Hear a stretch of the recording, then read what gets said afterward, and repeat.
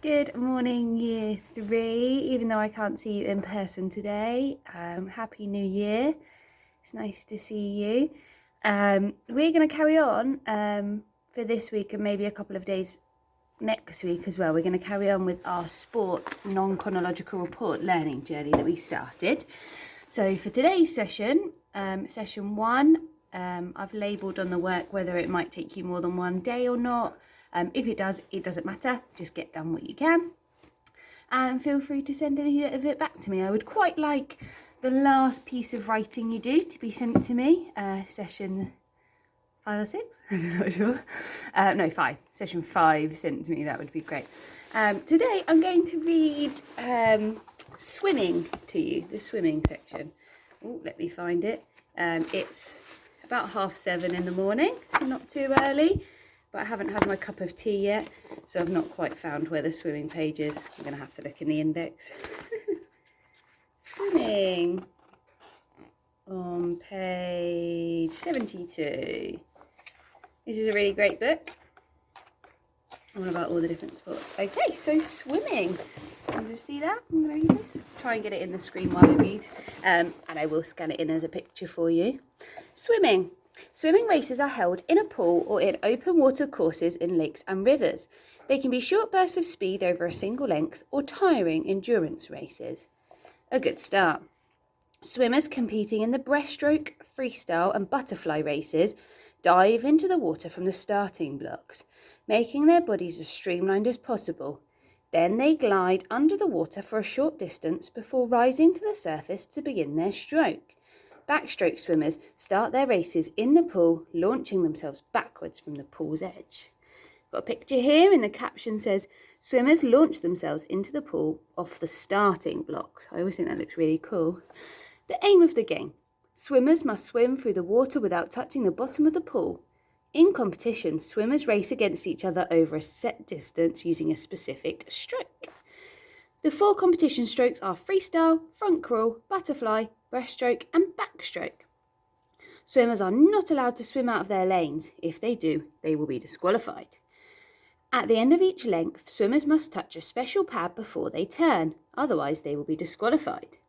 In an individual medley, swimmers compete over 200 metres or 656 feet, that's in brackets there, that's extra information, or 400 metres, which is 1,312 feet. They must swim all 4 strokes in this order: butterfly, backstroke, breaststroke and freestyle. Butterfly is super hard. I've never been able to do that one. In a team medley race, different swimmers perform the strokes in this order. Well, I've just read the bit. Relays for individual strokes can also take place over 200 metres, 636 feet, and 400 metres, 1,272 feet. Jargon buster. Now, jargon is normally a word if you're talking, if you know, if you're like a bit gobbledygook, but if I talk to you a lot about gymnastics, for example, and I use lots of gymnastics words, and I just spoke about all the things I know about gymnastics, and I wouldn't worry if you understood or not, that's like jargon, all the added details. Freestyle. So this is giving you what the key words mean. Freestyle, a type of race where swimmers can use any strokes they want to.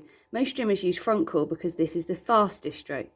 Long course, a swimming pool, 50 metres, 164 foot long. Medley, a race that includes all 4 swimming strokes. Open water, ponds, rivers and lakes. And a short course is a swimming pool that's 25 metres, 82 feet long. In the swim. Open water races usually take place over 10 kilometres, 6.2 miles, or 25 kilometres, 15.5 miles. Open water swimming also forms part of some multiple sport events, such as the triathlon. Well, that's a good triathlon is tri, which means three different sports: a run, a swim, and a cycle. These races, where did I get to? In pool-based events, swimmers race over distances from 50 metres or 164 foot up to 1,500 metres, 4,921 foot. These races may feature just one stroke, or swimmers may be required to perform all 4 strokes, one after the other, in races called medleys. Now we've got the essentials up here. As well as timing judges, pools have touch pads to record the swimmer's time. to help them go faster and reduce their finishing times. Most swimmers wear caps and even shave their bodies. I think I would like to have touch pads everywhere so no one can cheat. So you've got the finish judge over here. This is an Olympic-sized pool, 50 metres, 164 feet long, and has 8 lanes. Goggles allow swimmers to keep their eyes open. Turn judges check that swimmers' turns are performed correctly, so there's a judge at each end. The referee, the timers, starter fires the starting pistol to start the race. Timekeepers record each swimmer's time, so they've got one person on each. Stroke judges ensure swimmers perform the strokes correctly. Flags are hung above the pool, 15 metres, 49 foot from either end to warn backstroke swimmers. This is butterfly. Butterfly is one of the hardest strokes to perform. It takes a great deal of coordination between a swimmer's arms, legs and body. Last bit down here then is different strokes. Butterfly, breaststroke and front crawl are all performed on a swimmer's front, but backstroke is swum face up. In front crawl and backstroke, swimmers swing their arms out on the water one at a time. In butterfly, both arms lift out of the water at the same time. In breaststroke, the arms stay under the water at all times, pushing forwards and then pulling back to the swimmer's sides.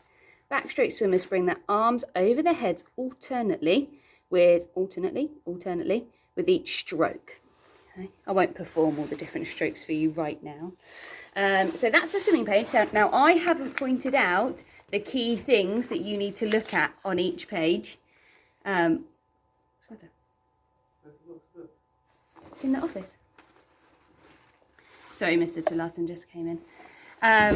Because that's what I want you to do today. Okay, so you are looking for all the key features in this text. I think that's what you do, but I forgot. And I will let you know what to do in session 2.